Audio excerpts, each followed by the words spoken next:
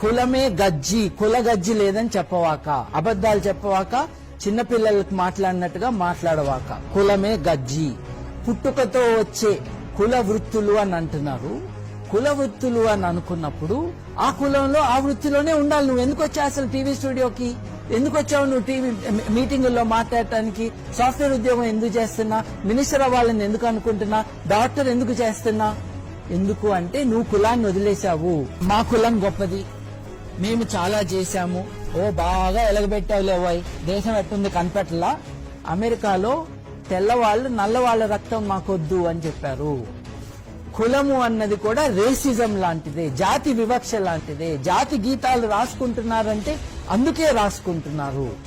మేము గొప్ప వాళ్ళము అని చెప్తే దాని అర్థం మిగతా వాళ్ళు కాదు అని. అంతేకాదు నువ్వు అసలు ఏం పొడవలేదు పో, ఈ దేశం ఇట్లా ఉందంటే మీరందరూ చాలా చాలా చేసి ఉద్ధరించేస్తే దేశం ఇట్లా ఎందుకు ఉంటది? మానవ హక్కులు అన్నవి very important. The constitution is there for human rights. అంటే రేపటి నుంచి ఏం చెప్తారు? నా కులం కాబట్టి దళితులు రావడానికి లేదు, నా కులం కాబట్టి బ్రాహ్మణులు రావడానికి లేదు, నా కులం కాబట్టి కమ్మలు రావడానికి లేదు, నా కులం కాబట్టి రెడ్లకి ఇవ్వమంటారా? బాల్కనైజేషన్, ఈ స్పెల్లింగ్ రాసుకుని చదువుకోండి ఒకసారి.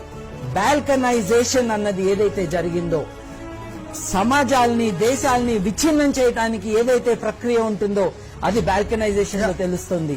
మనుషులు మనుషులుగా బతకలేక ఎవరిది వాళ్ళు గిల్డ్స్ తయారు చేసుకుని ఎవరి ఆపర్చునిటీ వాళ్ళు మా వాళ్ళకంటూ ఇస్తూ చట్టాన్ని ఉల్లంఘిస్తూ అసలు ఈక్వాలిటీ లేకుండా, ఈక్వాలిటీ ఆఫ్ ఆపర్చునిటీ లేకుండా గీతాలు రాసుకుంటే అవుతుంది అనుకున్నారండి మంచి సమాజం రావటం?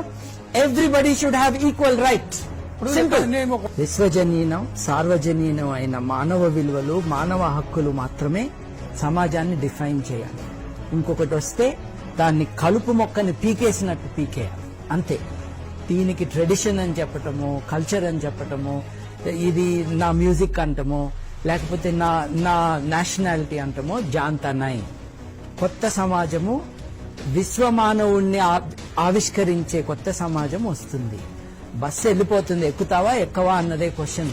నువ్వు ఇక్కడే ఉంటావా, నీ సంఘంలో ఉంటావా, సమాజంలో భాగం అవుతావా నువ్వే నిర్ణయించుకోవాలి. ఎందుకంటే ప్రగతి వెళ్తున్నది, ముందుకు వెళ్తున్నది. ఈ దేశం 131లో ఉంది నంబర్లో 190 దేశాల్లో. ఈ దేశంలో పరిస్థితులు మారితే, 134 కోట్ల మంది పరిస్థితి మారితే, ప్రపంచంలో ప్రతి 6గురిలో ఒకడు భారతీయుడు కాబట్టి ప్రపంచమే మారిపోతుంది, ఇంకా ఎంతో ఉన్నతంగా ఉంటుంది.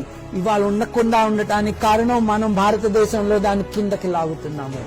మానవాళిని, మానవ హక్కులు, నా దుకాణము నా ఇది, నేను నా ఉద్యోగం నేను ఇచ్చుకుంటాను, నా ఇల్లు నేను ఇస్తానన్న జాంతనై. చట్టాలు లేని టైంలో, మానవ హక్కులు లేనప్పుడు, కులాలకి ప్రివిలేజెస్ ఉన్నప్పుడు తీసుకొచ్చినవి ఇవాళ అప్లై చేయడానికి వీల్లేదు. ఒక్కసారి రాజ్యాంగం చదువుకోండి, మీరు చెప్పే పనికి రావు. కొత్త మనిషిగా మారటానికి, కొత్త సమాజం వైపుకు వెళ్లటానికి, మీరు కోరుకుంటున్న తూర్పు వైపుకి మీ సమాజాన్ని తీసుకువెళ్ళాలి అనంటే ఆధునిక భావాల వైపుకు వెళ్ళాలి.